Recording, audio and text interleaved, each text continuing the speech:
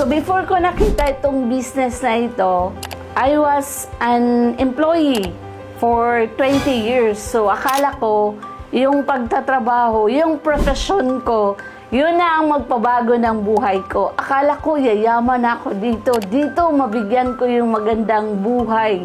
Yung family ko, yung best na para sa family ko. Kasi akala ko, yun na talaga. Pero as the years gone by, ginagawa ko naman yung best ko.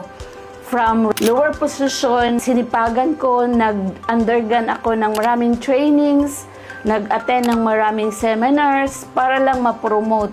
Yes, true naman, malaki yung sahod.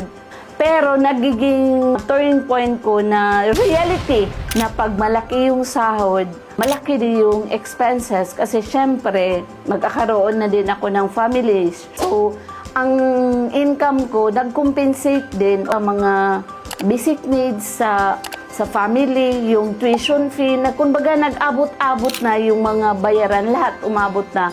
For that 20 years, wala akong, kung masasabi natin, walang na-save.